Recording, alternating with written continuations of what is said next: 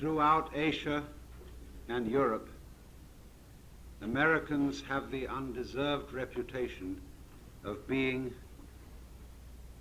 authors of the most materialistic civilization that ever existed. The undeserved reputation. Because never was there a culture so completely unmaterialistic. I define a materialist as a person who loves material and who reverences it and who delights in using it to its best advantage. And if you will examine the system of education through which most of our children are compelled to pass, you will discover that it imparts almost no knowledge whatsoever of any kind of material competence. Our education is exclusively bookish and is designed on the whole to train people to be bureaucrats, bankers' clerks, insurance salesmen, teachers, and we hope intellectuals. It is a curious thing, but in its weak moments, it admits that there are a lot of people going through the scheme who really will never qualify for graduate school, and not even perhaps for college. And for these, it must provide, rather regretfully, some courses which train them for other things. It's always a joke among Europeans that in American colleges you can get an AB, you can get credits towards an AB for courses in basket weaving. And this isn't really so funny as it looks, because when it is the ideal that sort of everyone should go through college, if possible, you have to adjust to facts. You can't have a nation, you can't have a society in which everyone is always occupied in intellectual and computational pursuits. A few people have to be around who know how to handle the material world in a gracious way. And for these people we provide only regretfully, as an afterthought, that people who might otherwise be dropouts in high school should be given some courses which would prepare them for trades in carpentry, metallurgy, even perhaps auto mechanics, furniture makers, cooks, and so on. But as a rule, because these kinds of education in the academic world are provided only with regret, they are provided in a slovenly fashion.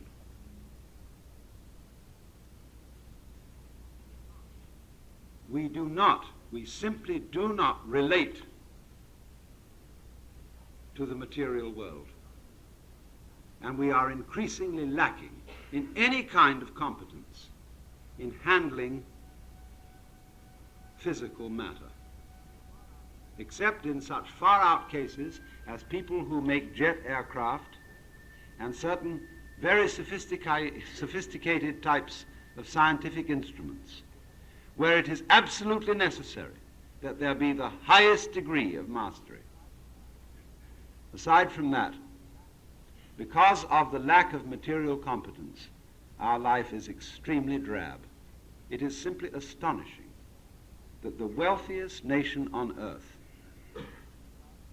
simply does not know how to enjoy itself in a material and obvious way.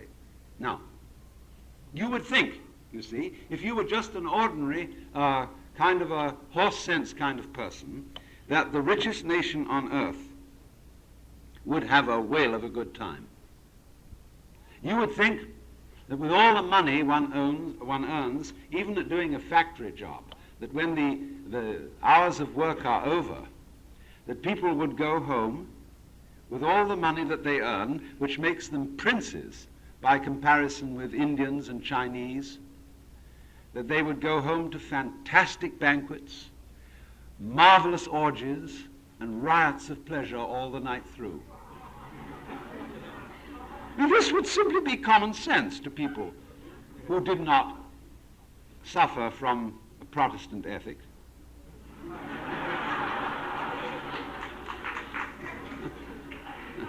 But in fact, what happens is this, that we've got life strictly divided into two categories, work and play. Work, on the whole, is something that you do to get money, and you are paid to do it because so much work is so deplorably boring that nobody wants to do it, so they'll pay someone else to do it instead. So while you do it, you watch the clock. You put in your hours, and then you get money for having done it, and then you're supposed to go home and enjoy yourself and have fun. Well, so what do?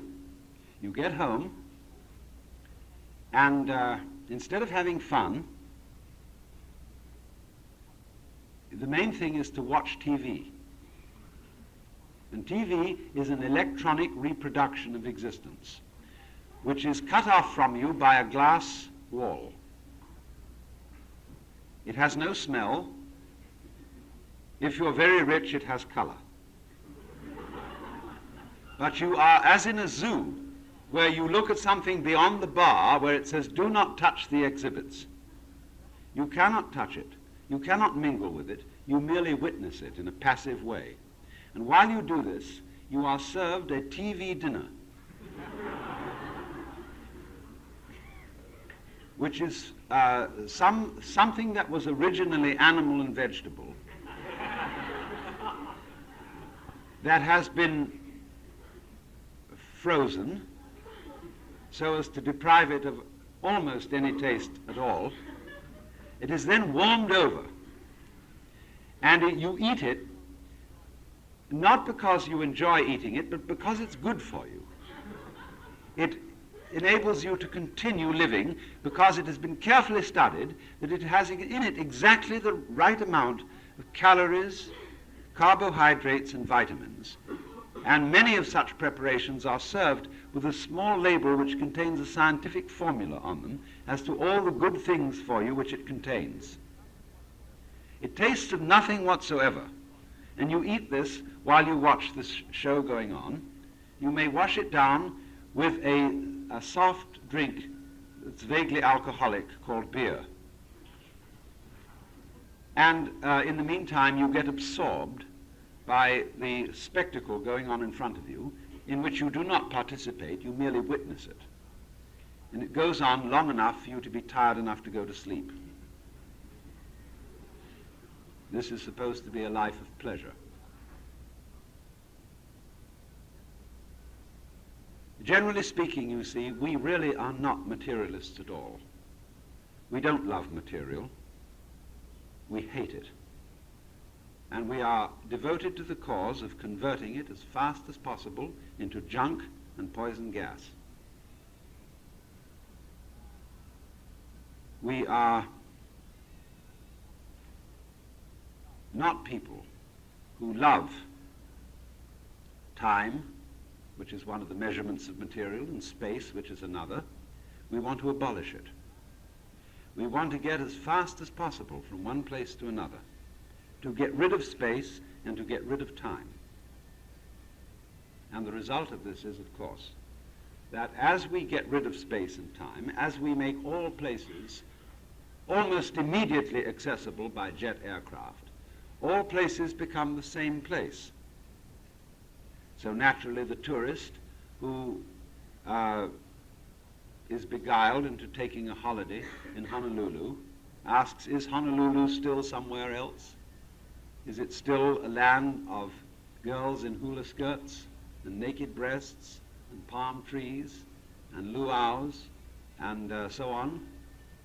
Well, they'll make it like it is, vaguely, but of course it isn't.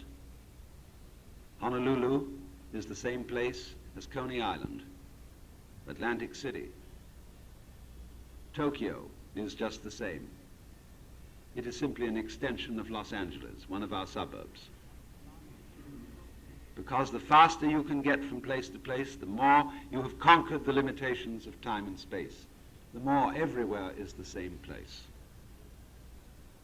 So the differences between different cultures, the differences between people, the things that we want to see when we go to foreign places are increasingly unavailable except as something provided in a phony way for the entertainment of tourists to deceive them into the idea that they really did get somewhere else.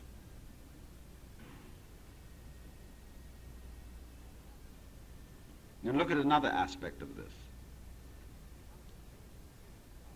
One of the basic things about material existence is, of course, eating, food.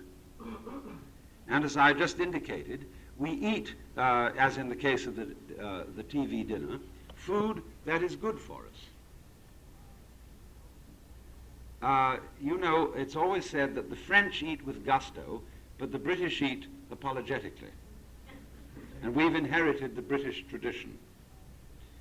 We eat, in a way, it is rather animal to eat. It's a little vulgar that you have to chew food and stick it down into your stomach, and it passes through your intestines, and so on. That's rather degrading. It means you are, after all, an animal, not simply an angel. And therefore, there should be good reason for doing this vulgar act. And the good reason is that it's healthy. And therefore, when you eat food, really, ideally, it should all be concentrated into a pill so that you wouldn't have to waste time, valuable time, over meals, but take in the necessary ingredients for the rather shameful fact that we have to exist in physical bodies, and get rid of it. And so, therefore, when you study in general the art of cooking in the United States, from coast to coast, it is pretty poor. It is not something that is done out of love, but something that is done out of duty.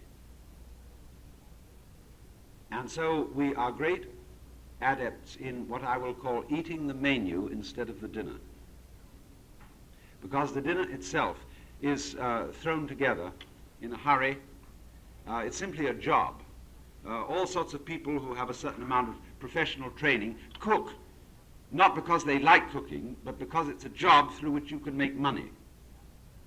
Money which is perfectly abstract and inedible. This is a fallacy, you see, this division between work and play. That anybody who regards being a cook in a restaurant as something which is simply a job which you have to do in order to make money, and therefore can go out and have fun in something else besides cooking, has been absolutely deluded. He has been persuaded to spend a very substantial part of his life doing something which he hates doing in order that he may earn the wherewithal to do what is really fun later on. And this, insofar as our education is oriented towards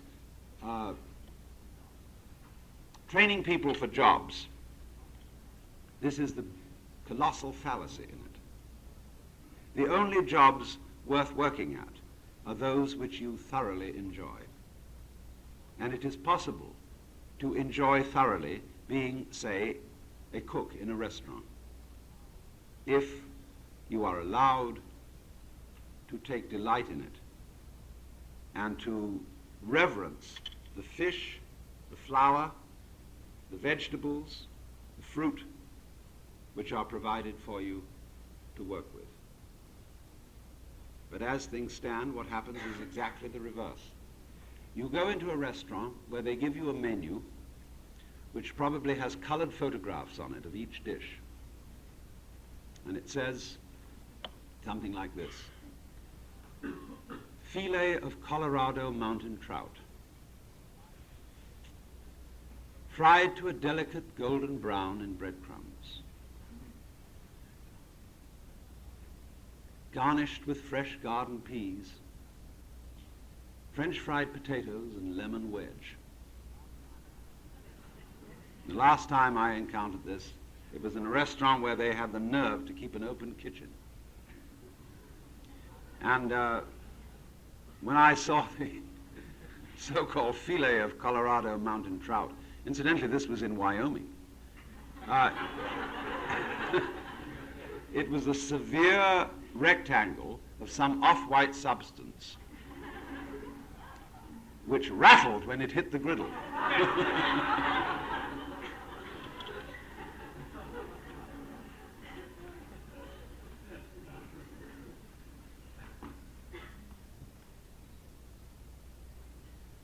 You know, the whole thing was completely mechanical, because there was in this process absolutely no love for the work itself. The cook, in other words, was wasting his precious time in life by going through the motions of being a cook in order to get money for enjoyment. Now, the thing that has to be understood fundamentally in the whole process of education for life is that money is an abstraction. It cannot of itself buy any pleasure whatsoever, because all pleasures involve skill and love. Enough love to discipline yourself to enjoy the pleasure. I live in, as was told you in the introduction, in Sausalito, which is a lovely waterfront town north of San Francisco, and we have harbors galore, filled with pleasure craft, sailing boats, motor cruisers, which for the most part nobody ever uses except for cocktail parties aboard when they're tied up. Very few people go out on them because sailing is a difficult craft. These boats were advertised as something you ought to have to enjoy yourself, but when you got them, you found that you couldn't enjoy yourself unless you knew how to sail. Well, you didn't have time to do that because you were so busy making money. So all these boats just stand around. Nobody really enjoys them at all because they won't take the trouble. But having been persuaded that money is wealth, take another case of this delusion. You can make a lot of money, say, in the grocery business by turning out shoddy products in excellent packages. You cheat on the weight and you cheat on the quality. You make more and more money. Fine. But when you've got it, what are you going to buy with it? Other people's shoddy products. We have cars with built-in obsolescence, which are nothing but toy rocket ships. We have, as I said, various kinds of foodstuffs, which are increasingly lacking in nutritive elements. We have houses, which are made of ticky-tacky.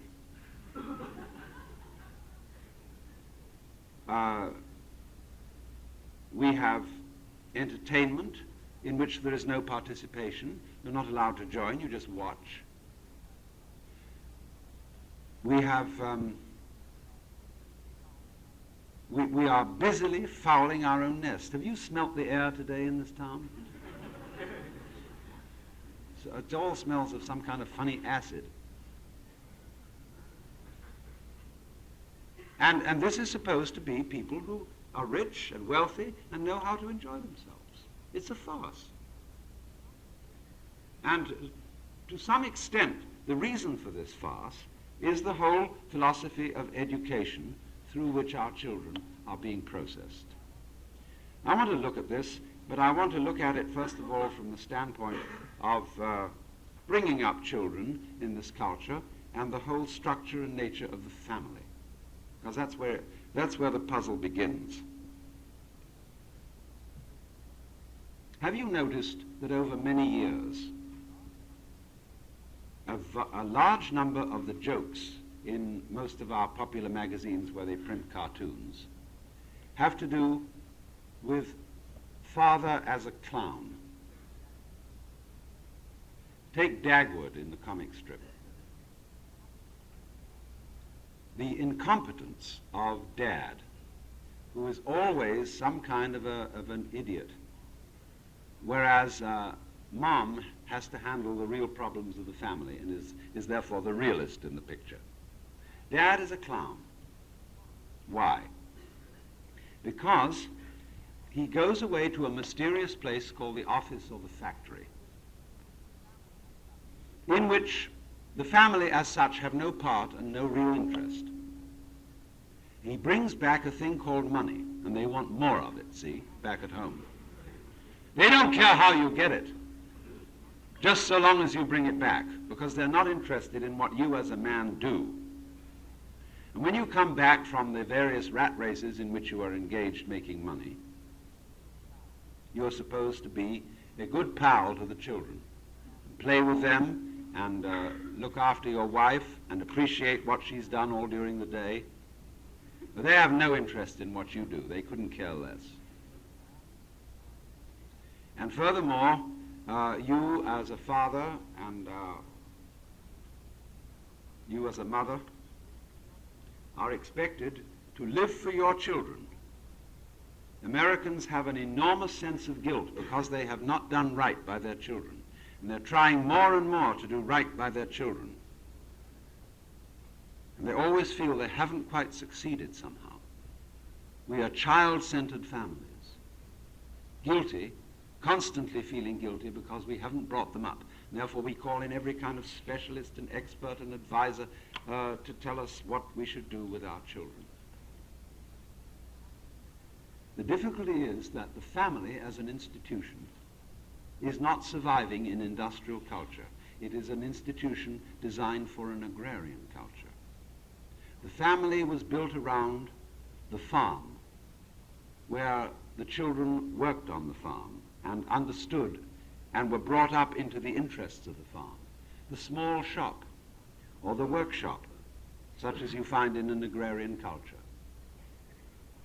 It's fascinating to notice today the transition from agrarian to industrial culture in a country like Japan, where it's been extremely rapid. Let's take the craft of carpentry in Japan. The Japanese have been some of the best carpenters in the world, absolutely marvelous, knowing how to make the most complex joinery constructions without even using a blueprint, doing it by feel and by eye. In order to train a person to do this kind of carpentry, he has to begin to learn when he's 7 years old. But as it is now, because Japan has transferred to being an industrial culture, you may not bring up your child in your profession as a carpenter. You have to send the child to school where it can learn to be an insurance salesman. The child gets through school, goes through high school. When the child gets out, it's not interested in carpentry, it's interested in girls. Has to fool around with that for a while and then get married and then begin to learn the carpenter's trade, and it's too late to be anything but somebody who follows a blueprint. And therefore this marvelous craft which the Japanese cultivated for centuries is being lost. For what? I know many carpenters in the United States today who take enormous pride in their work, who love to produce a beautifully finished object made of wood, but they cannot find jobs because no employer can afford that time for his workmen to finish a product. It has to be turned out looking good on the surface with a sort of veneer and varnish, but anything thrown together on underside. So it'll wear out and they have to do another one. So nobody has any satisfaction in the job. And the reason is that the family no longer holds together, because the family, the man in the family has to go away and earn a living that has absolutely no relation to his living relationship with his wife and his children. And therefore, naturally, he's regarded as a clown. when he comes home, he's not really a very good pal to his children, because the children would find a real relationship with their father in joining in his work with him. Every little child wants to join in his parents' work. They go into the kitchen. They would much rather play with the pots and pans than anything else. They want to help. They naturally want to join in, but they cannot.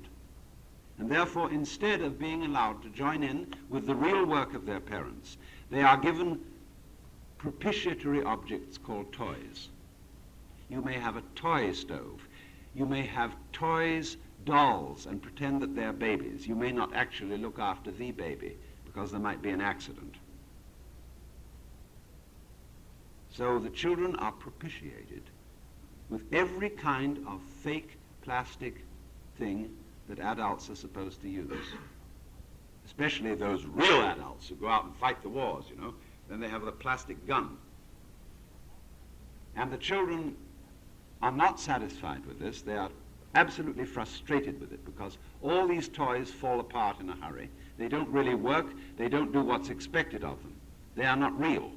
And the child knows they're not real. And you should see Christmas Day when you really think about Christmas Day in the average family and realize that after the children have opened all their fake presents, which were dolled up to look as if they were the treasures of princes, and they get the plastic toys and they find everything doesn't work. And by time for Christmas dinner, they're in a screaming tantrum because they know inwardly that they've been insulted. They are not allowed to participate in the real world. You are children. Duty, duty, duty, duty. See? You don't really count. And so as the whole educational process continues, they are educated for unreality, for non-entity, by being progressively fooled. You see, it works like this. You know this story of the donkey who has a carrot suspended in front of him, and it's attached to a stick which is fastened to the donkey's collar. So we'll always chase it but never catch it. So this is what we do. We send a child into kindergarten and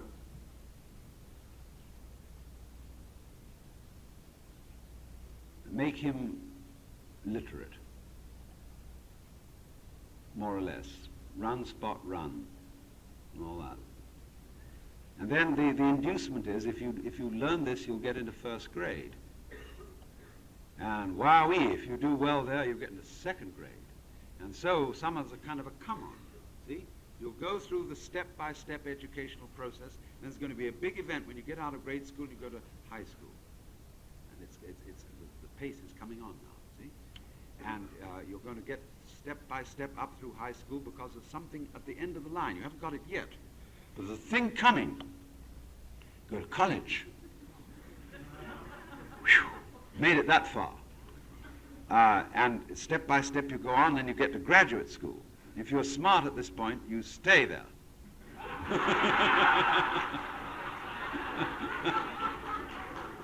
But if you don't get into graduate school so that you can just stay in the academic scheme of things, you go into business. That's getting out into the world. That's graduation. See, now you're an adult. Well, then the first thing is you get into a sales meeting where they say is make that quota. And if you do, they're going to give you a higher quota. And that thing is at the end of the line, it's there, and all the advertisements say, well, by the time you earn this and get that, you'll be able to have the right kind of car, the right kind of speedboat, the right kind of track lot, the right kind of clothes and everything, the right kind of drinks, and you'll be there. And finally, you work along at this, you're earnest, and about the year of 45, you end up as vice president of the company, maybe president. And you say, I've arrived. I'm there. But I feel vaguely cheated because I feel just the same as I always felt. I'm there, but I haven't caught up with that thing I was always promised. And suddenly an insurance man comes around and says, wait a minute. You're going to retire at 65. We got a program for you. so that you'll be just right. When you're 65, you'll be able to drop all this business and do what you really want to do.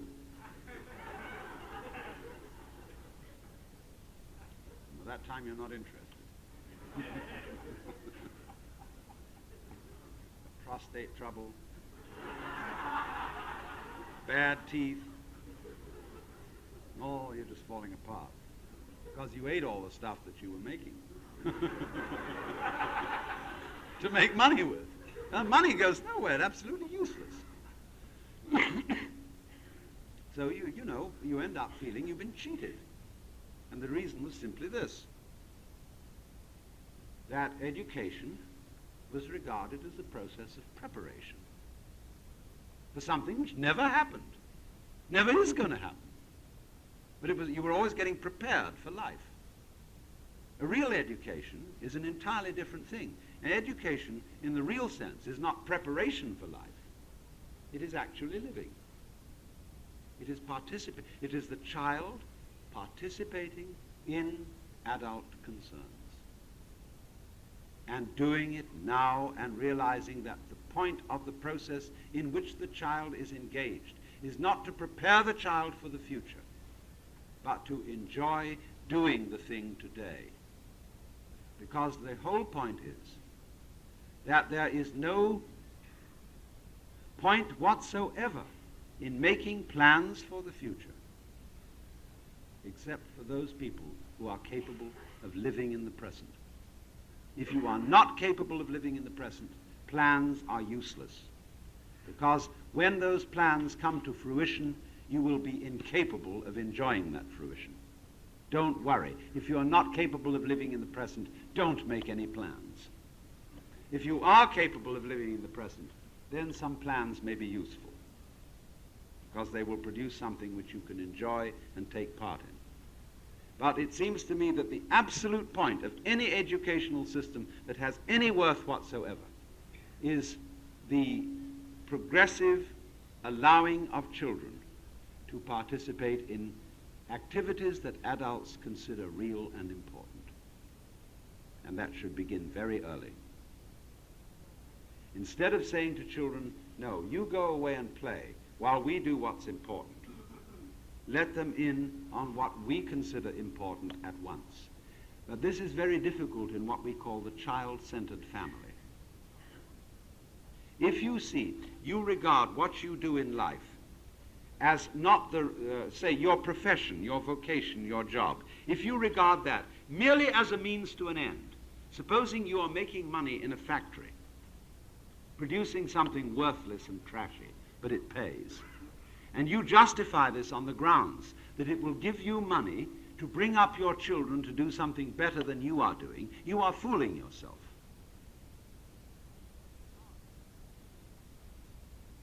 Because your child will copy you.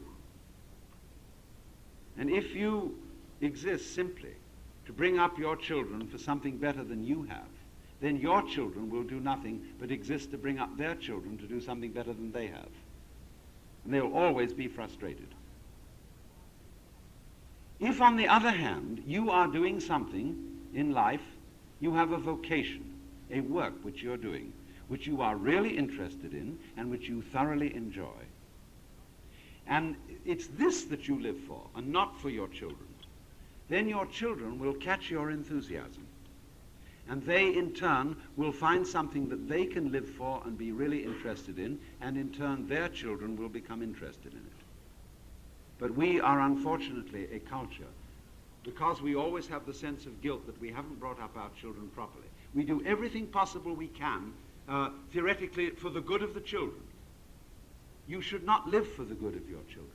You should live for your own good, and then your children will learn from your example how to live.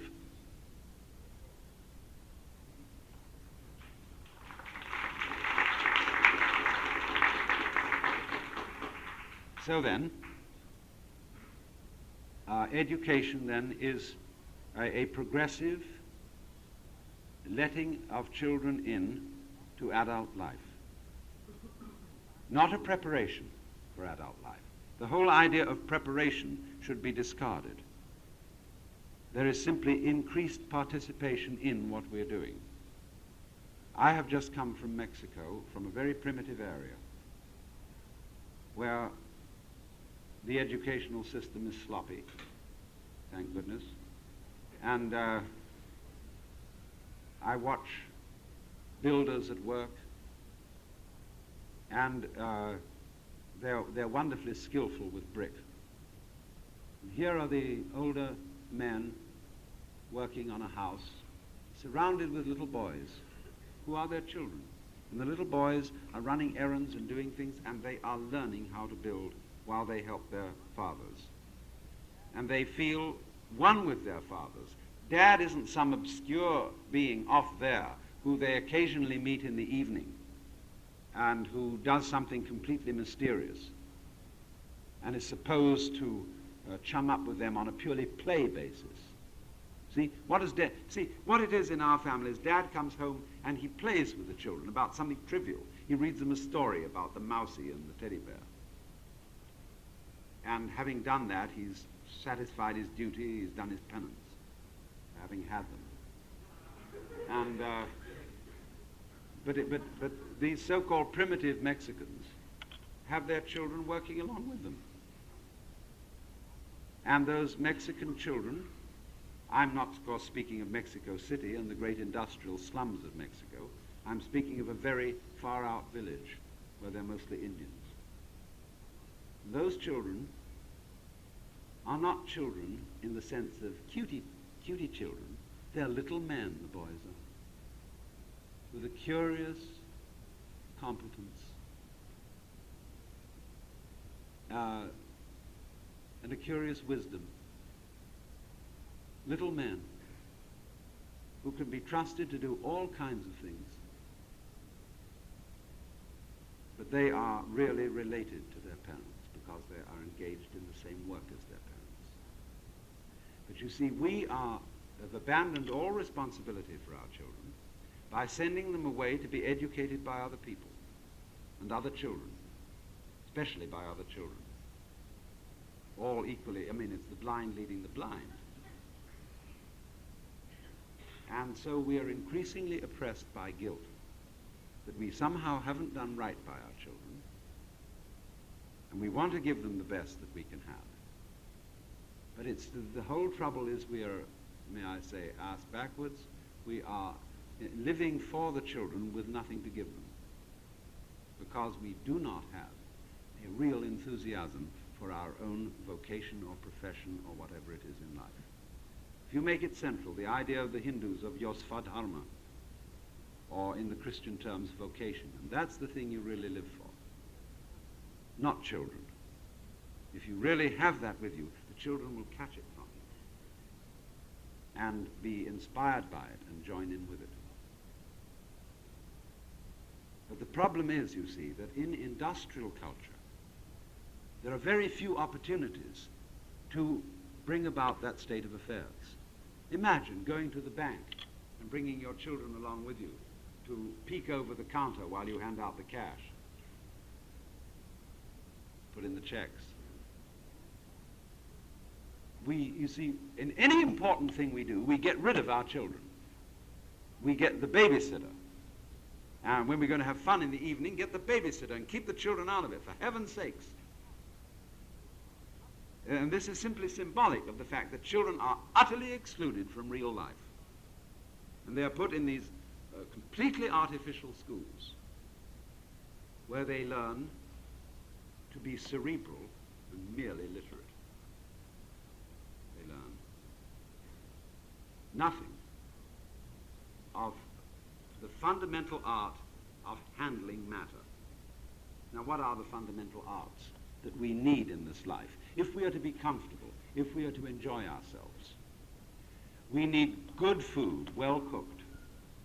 Isn't that fundamental? Do you live to eat or do you eat to live? Both, of course. But if you don't live to eat, the food that you eat won't be very nutritive to enable you to eat to live. You won't take any trouble over it. You won't love it. Look, when you get materials, you've got some onions. you've got some fish, you've got a slice of beef. You can't cook that properly unless you love it. All those are dead creatures which have died in your honor. What are you going to do about that? The only way to deal respectably with a creature that has died in your honor is to give it an honorable cooking. The dead cow you are eating is becoming you, and the least you can do for it is to let it enjoy itself as you. And therefore, the stove in the kitchen is an altar, and you are a priest at that altar. And you should reverence that gorgeous thing. Look at a beautiful mackerel that has been caught and prepared for you, handed out by the supermarket. You've got this thing. It's a living being that's died to give you life. The best thing you can do for it is to prepare it royally. And you should brood over your stove with an act of love and see that it's exactly right. Most people have no idea how to cook fish in this country. They overcook it so that it's dry and tasteless because they don't watch it. They don't wait till the exact moment when it's right. Because cooking is regarded as a chore, something that poor wives have to do. Kicked off. Look at the kitchen. Most kitchens are like bathrooms. You know, you go into the bathroom to clean up, to excrete and so on, which is sort of nasty, so you put it out of the way. The kitchens also in most homes are whitewashed places with white refrigerators and white washing machines and white sinks that look like surgeries or bathrooms. I've always found a formula. Wherever you find a colorless kitchen, you will find tasteless food. Now, in any real life, any real home, the kitchen is the center of the house. There's a great hearth where things are bubbling, and everybody gathers around that, waiting with eager appetites while they watch this thing prepare that's going to be just great. Everybody is just waiting there, sitting around the fire to begin. And instead of having, you see, most houses are nowadays designed so that you pretend you still have servants. So there's the parlor, or the living space, which is prepared off from the kitchen, where you are ladies and gentlemen, see? And then you have a room downstairs where the children play, in the basement, the rumpus room. And you have this thing that you're ladies and gentlemen in the living room, and there's a kitchen off there, where actually the lady of the house shoots out and all by herself, harassed, has to get all this stuff ready to present it as a big show to the guests, as if there were butlers and cooks and everything. Bring it on. There's nothing of the kind. Poor wife is alone, rushing, say when you're entertaining people in the evening, she's fixing all this stuff. Whereas if we were realistic, the kitchen would be the main room of the house. And everybody would gather around and watch it all being done, because nothing increases your appetite more than watching cooking. And we would treat this as a sacrament, the beautiful thing that's being done to get the food ready for us. But this simply doesn't happen, except in very few far-out bohemian homes where they've returned to this kind of thing.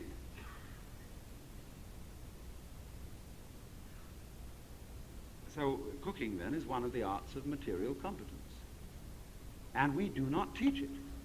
You take a course in home ec, dietetics and so on in the average school, high school or college. It doesn't teach you how to cook. The class of dietitian and the class of cook are mutually exclusive, because the dietitian is taught to measure everything with a test tube, whereas a cook is taught to measure everything with a tongue. And you may have the right amount of this chemical, that chemical, and the other chemical in the food that you're cooking. But unless it is cooked with love rather than chemistry, it will give everybody indigestion,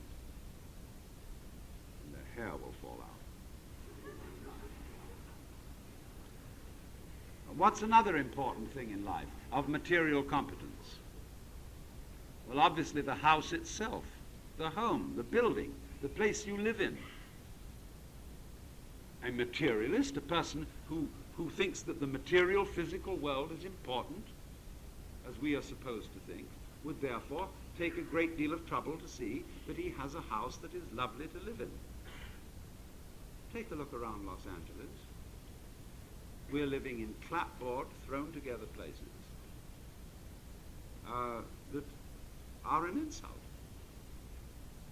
We have ruined the Hollywood Hills here by leveling them off into terraces so that you could put the kind of houses that are designed to be built on a flat area.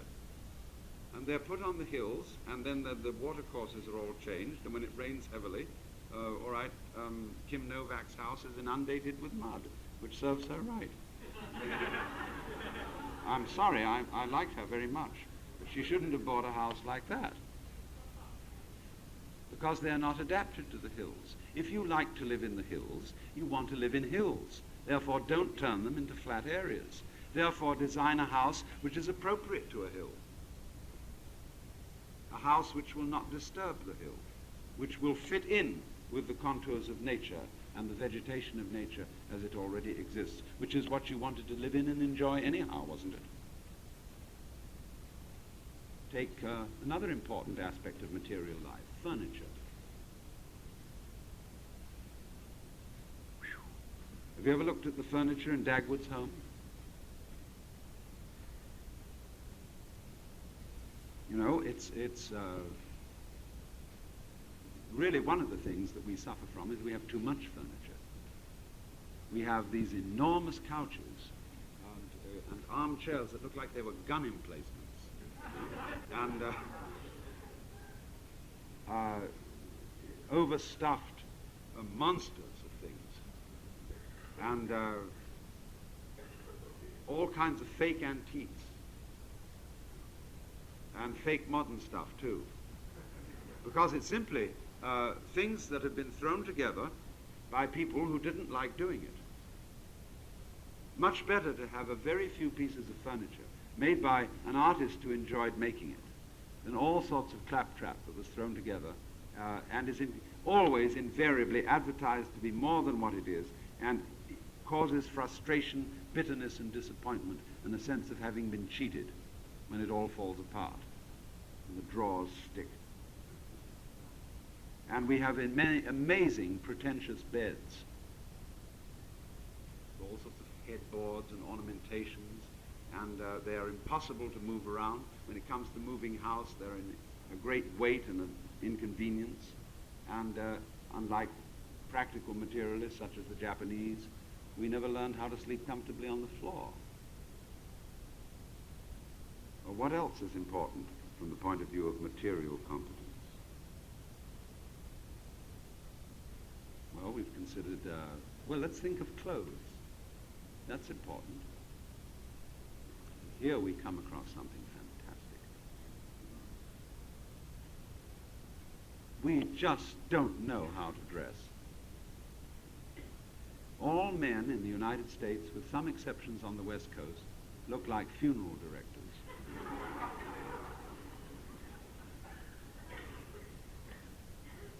Look here. I'm wearing this thing as a concession to propriety.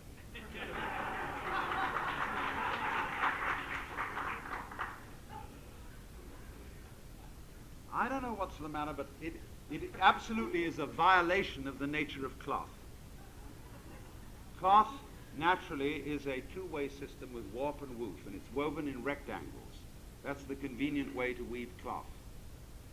And therefore, cloth is straight stuff, which will hang upon the human body with great dignity and fall naturally into folds if made in, say, the form of a Japanese kimono.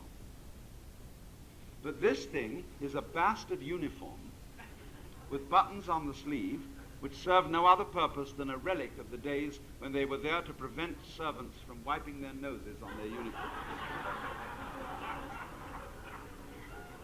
This thing simply cannot be folded or packed away without making it a muss, so that it has to be sent to the cleaners, or your wife has to iron it in order to be fit to wear.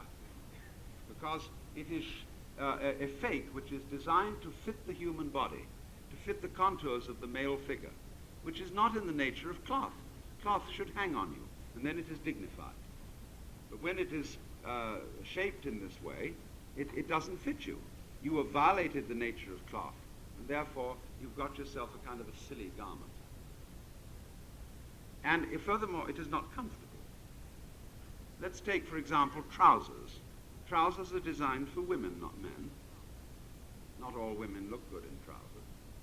But certainly they are very uncomfortable for men. Men should wear freely flowing skirts because that suits their anatomy. But we could consider that sissy for purely abstract reasons. We wear all kinds of complicated neckties and buttons and everything to make us uncomfortable. And furthermore, our clothes are mostly badly sewn, rottenly put together, and very quickly fall apart. So that if you want really good clothes today, you must buy them from peasants. You can go, for example, to Mexico and get gorgeous woolen clothes, serapes, sweaters that are absolutely beautiful. You can still go to the Orient and buy magnificent clothes made by people who enjoy making. Whereas here, we dress in a colorless, drab way. And we wear this symbolic necktie, which is really a noose to be strangled with. We, in other words, don't enjoy clothing. We ought to enjoy clothing. What's the point of going around in clothes unless you enjoy clothes? What else is a matter of fundamental material competence that everybody ought to know about? Well, let's take lovemaking. That's very fundamental. But this is something that our children learn through whispered hearsay or through a few courses in hygiene in high school, which tell the bare facts but nothing of the art. And this is picked up in a sloppy, slovenly way because of this weird, I mean, here is the real payoff in this culture where we say we are materialists. Ha ha. In fact, what happens is this. Everything to do with sexuality is regarded as fundamentally dirty. It's associated with the toilet. But, and therefore, it's something basically prohibited. But men brought up in the WASP culture know that it's really supposed to be fun, and so they sort of snicker about it. And it's always on the side. It's something that you don't really enjoy unless you feel it's dirty. And you're doing something you're not supposed to do, then it's kind of fun. And so there's a perpetual hypocrisy play about the whole thing. And nobody ever, I mean, the most banned, the most reprehensible thing you could do in this culture is to come out, say, with a book on the art of loving, which would be comparable to a book, say, on the art of music or the art of cooking, that would be beautifully instructive, to show every subtlety, every loveliness that is possible in the contact between male and female, that would be serious, that would be almost religious in its approach to the subject. That would be the most dangerous book imaginable. Because it's all right so long as it's dirty. It's all right so long as it's filth. But the moment it's something that is really important and really reverenced, then we're afraid. And this is the test of the whole thing. This is the root of the matter. This shows where we are not materialists and do not love material, do not love mater, the mother, materia. So as a result, we have a culture which, instead of being materialist, is abstractionist, which, for example, confuses money with wealth. You know the situation, you go to the supermarket and you fill your little cart with all sorts of goodies, and you push it up to the counter, and the girl goes clickety, clickety, clickety, click, and a long, long strip comes out. And she says, please, $30.25. You feel depressed. Not perhaps because you thought you were paying too much for what you got, but you lost $30.25. Your bank balance went down, see? But instead you got the cart full of the stuff you're going to walk out with. The real wealth is in the cart. You know, not mentioning how much of it is fake, but it is essentially, that is your food. That is the stuff you're going to live on. And it's in your cart and you're going to go away with it. But you lost the money. So in other words, the abstract thing, the amount of money, the figures, the status that you have, all that is more important than the actual physical situation. So likewise, going back to the subject of sexuality, the way things look, the way the girl is packaged, is much more important than what she is underneath. She must look right. She must have a figure of a certain fashionable kind. Hair done in such a fashionable way. Put a wig on her so that she'll really look right. Well, she has to take it off when she goes to bed, I guess. And then it's kind of a letdown.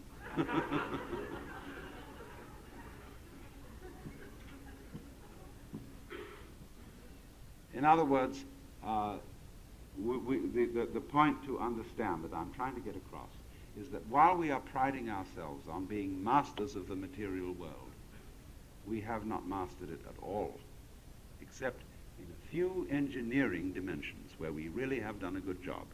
A jet plane is a remarkable triumph, even though it abolishes distance, even though it makes every place the same as every other place. It is in itself a triumph of material competence. But in all the fundamental things of life, in clothing, in cooking, in housing, in raising children, in lovemaking, we are the biggest material incompetence that ever existed, because our values are abstract instead of concrete. How it looks rather than how it feels.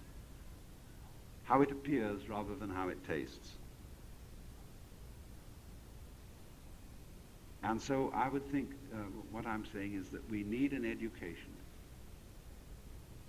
which brings us back to nature in the sense not of the birds, the bees, and the flowers, and all that sentimentality, but of being focused on the material present. And knowing that this is where you live, and this is what you have to deal with. To be completely related to the physical, natural, material, or whatever you want to call it, here and now. To know that's the only place you live. You don't live anywhere else. And to be able to live richly and fully in that situation, instead of constantly preparing children for something else later altogether.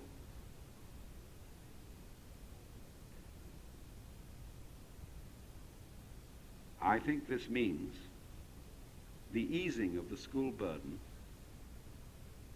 first of all, by throwing a lot of it back on the parents.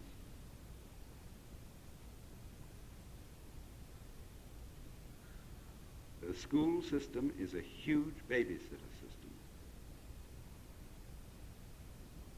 But that in turn requires that parents be in a position to take care of their children. As it is, you see, they're engaged in occupations which necessarily take them away from their children. What does that go back to? in the line of cause and effect. It goes back to the fact that people are engaged in occupations which simply make money and which they do not really enjoy and which they do not really live with. And that is why among young people today, under 25, there is increasingly unwillingness. Corporation job hunters, people who are looking for bright talent for the corporations going around our colleges today are having an increasingly difficult time, because the brighter the student, the less they want to get involved in the traditional kind of corporate life, because that completely takes them away from any form of work which will involve the participation of the woman they love and the children they love. So people are looking for ways of living whereby they don't live this fragmented, abstract work life that is completely cut off from all the rest of their truly human associations. And so we are facing a very big revolution in which our young people want to return to reality. And even though what they do may make very little money, it will at least have the satisfaction of being an actual relationship to the real world in which we live now. I don't know the detailed answers to all that, but this is what is coming. It will be very disruptive of things as we know them, but better by far